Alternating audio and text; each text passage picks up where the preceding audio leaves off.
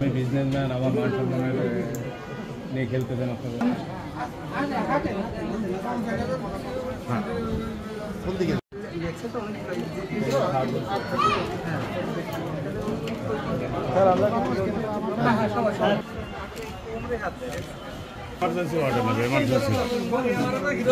Emergency তো এই পাশে একটু সাইড দিয়ে দেন।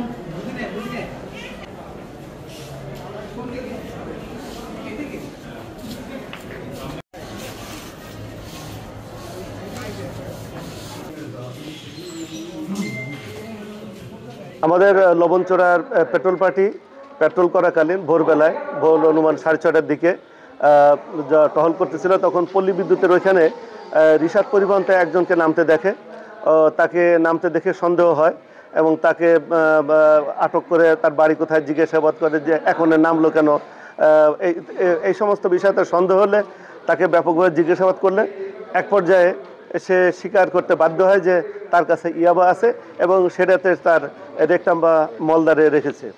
তো এর আগেও আমাদের অভিজ্ঞতা আছে যে আমরা বেশ কয়েকদিন আগে আমরা নিশ্চয়ই আপনারা শুনেছেন যে স্বর্ণের বার সেও এরকম মলদারের ভিতরে নিয়ে আসছিল, আমরা তাকে গ্রেপ্তার করেছিলাম।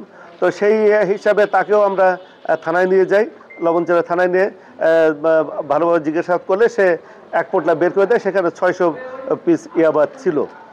তো তারপরে সে ওখানে থাকলে সে অস্বস্তি বোধ করে, তাকে জিজ্ঞাসাবাদ করে যে আরও আছে কিনা, সে খানিকটা অস্বীকার করে, কিন্তু তার শারীরিক অসুস্থতা ইত্যাদিতে মিলে আমাদের সন্দেহ হয় যে আরও তার কাছে আছে।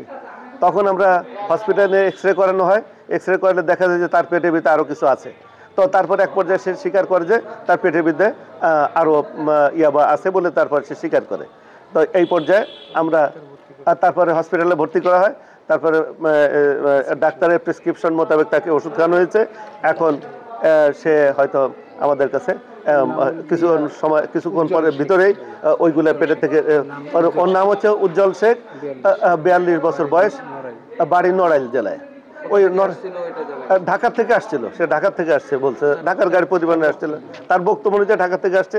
আমরা এখনও মানে আরও বিস্তারিত জানার সুযোগ আমরা পাইনি, যেহেতু ওকে নিয়েই ব্যস্ত এবং যেহেতু সে পেটের ভিতরে কিছু আছে, অসুস্থ বোধ করছিল, যার কারণে আমরা ঝুঁকিপূর্ণ মনে করে হসপিটালে অতি সত্বর হসপিটালে নিয়ে আসছি এবং ডাক্তারের পরামর্শ মতে তাকে ওষুধ খাওয়ানো হয়েছে।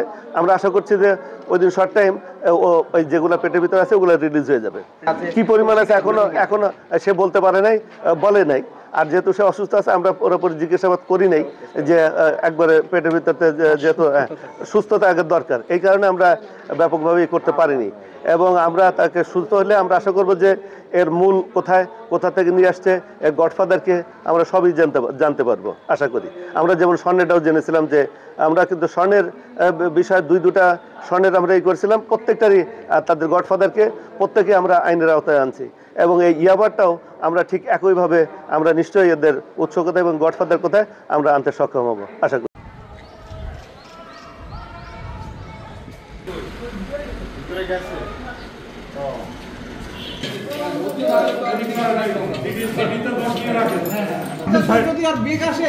দাদা আপনি এদিক চলে আসেন।